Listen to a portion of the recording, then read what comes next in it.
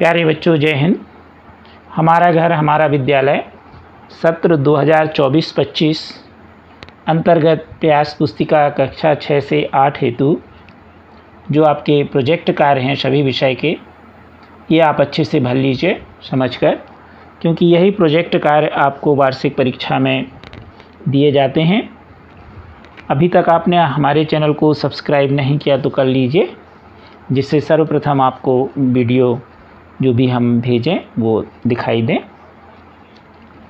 आप सभी प्रोजेक्ट देखने के लिए हमारे चैनल की प्लेलिस्ट में जा कर के और अपने सभी प्रोजेक्ट कार्य देखकर समझकर भर लीजिए।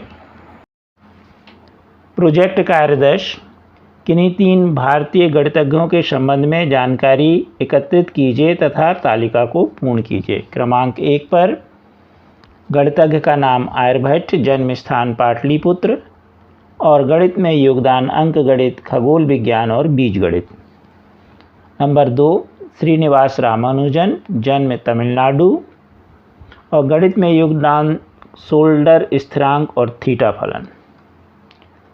तीसरा नंबर शकुंतला देवी, जन्म स्थान बेंगलुरु कर्नाटका, वर्ष 1977 में 201 अंकों की संख्या का 23वां वर्गमूल बिना कागज कलम के निकाला इन्होंने। अब प्रश्न पहला है, इनमें से किसका जन्म रामानुजन जी के जन्म के पहले हुआ? तो आर्यभट्ट का जन्म 476 ईसा पूर्व में हुआ, जो कि रामानुजन के जन्म के पहले था। प्रश्न दूसरा, इनमें से किसका जन्म मध्य प्रदेश में हुआ? तो इनमें से किसी का जन्म मध्य प्रदेश में नहीं हुआ। प्रश्न अगला तीसरा, यहाँ पर सुधार लीजिए, 5 की जगह 3 कर लीजिए। आपके स्कूल में जिस गणितज्ञ का जन्मदिन मनाया जाता है या जयंती मनाई जाती है, उसके विषय में 5 वाक्य लिखना है। मान लीजिए हम श्रीनिवास रामानुजन की जयंती मनाते हैं, तो यहाँ पर लिख देंगे। अब 5 वाक्य, इनका जन्म 22 दिसंबर 1887 में हुआ, जन्म स्थान तमिलनाडु, यह महान गणितज्ञ थे। इन्होंने शोल्डर स्थिरांक और थीटा फलन का वर्णन किया। इन्होंने कृत्रिम थीटा फलनों का भी वर्णन किया। इस तरह ये 5 वाक्य उनके बारे में लिखना है। प्रोजेक्ट कार्य 11, अपने माता पिता या बड़े भाई बहन की सहायता लेकर आपके आसपास पाए जाने वाले 20 जंतुओं की जानकारी सूची अनुसार एकत्रित कर लिखिए। इसमें हम कुछ जंतुओं की जानकारी लिख रहे हैं और शेष जानकारी आप लिखें, क्योंकि बड़े आसानी से आप ये जानकारी लिख सकते हैं। जैसे पहला गाय, जंतु का नाम। अब उसका आवास कहाँ रहती है? तो घर में रहती है। आपने देखा हो, अपन घर में उसको पालते हैं। और भोजन उसका शाकाहारी है। अब यहाँ पर हम देखें, वो गति, तैरना, रेंगना या चलना, तो वह चलती है, तो यहाँ चलना आ जाएगा। नंबर 2 सर्प, सर्प कहाँ रहता है? उसका आवास क्या है? बिल। और यह कैसा है? इसका भोजन मांसाहारी। और यह रेंगता है, तो रेंगना आ जाएगा। खरगोश, यहाँ पर थोड़ा सुधार लीजिए, खरगोश के सामने बिल कर लीजिएगा। ये थोड़ा गलत लिख गया है, तो सुधार लें। तो खरगोश कहाँ रहता है? बिल में। और यह कैसा है? शाकाहारी, और ये चलता है।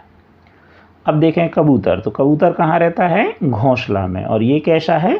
शाकाहारी, और ये चलता भी है और उड़ता भी है। आपने देखा होगा कबूतर को। मनुष्य, मनुष्य घर में रहता है, शाकाहारी है और चलता है। बंदर वन में रहता है, शाकाहारी है और चलता है। शेर वन में रहता है, मांसाहारी है और चलता है। मगरमच्छ पानी में रहता है, मांसाहारी है और तैरता है। तो इस तरह ये आसानी से आप 20 जानवरों की जानकारी लिख सकते हैं। तो आप लिख लेंगे। इसी पर आधारित 12 नंबर पर लिखा है, निम्न विशेषताओं के आधार पर पौधों और जंतुओं में होने वाली क्रियाओं का वर्णन, अर्थात अंतर बताना है। होने वाली क्रिया श्वसन पौधों में और जंतुओं में देखेंगे, तो यहाँ जगह कम थी, तो हमने यहाँ इस तरह लिख दिया। तो ये पौधे के लिए और ये जंतु के लिए। तो पौधों के लिए श्वसन में, पौधे जो हैं श्वसन की क्रिया पत्तियों द्वारा होती है। पौधे जो है कार्बन डाइऑक्साइड लेते हैं और ऑक्सीजन छोड़ते हैं। जंतु क्या करते हैं? जंतु में श्वसन की क्रिया फेफड़ों द्वारा नाक के माध्यम से होती है और यह ऑक्सीजन लेते हैं और कार्बन डाइऑक्साइड छोड़ते हैं। तो ये श्वसन के बारे में होगा। अब उद्दीपन के बारे में देखें पौधों में, तो पेड़ पौधे भी उद्दीपन की प्रति अनुक्रिया दर्शाते हैं। जैसे कुछ पौधों में पुष्प दिन में खिलते हैं तो कुछ पौधों में पुष्प रात्रि में खिलते हैं। जंतुओं में उद्दीपन की प्रतिक्रिया पाई जाती है। जैसे ही हम नन्ही सी चिड़िया की ओर कदम बढ़ाते हैं तो वह उड़ जाती है। गति, जंतुओं की अपेक्षा पेड़ पौधों में जो गति है वह बहुत धीमी होती है। इनकी शाखाएं की जो गति होती है वो ऊपर की ओर, जड़ों की जो गति होती है वो ज़मीन में नीचे की ओर होती है। जबकि जंतुओं में गति पेड़ पौधों की अपेक्षा अधिक पाई जाती है। जैसे गाय भैंस ये चलती हैं। तो इस तरह बड़े आसानी से आप प्रोजेक्ट 11 कर सकते हैं। अभी तक आपने हमारे चैनल को सब्सक्राइब नहीं किया तो कर लीजिए। कृपया हमारे वीडियो को लाइक एवं शेयर अवश्य कीजिए। Thank you.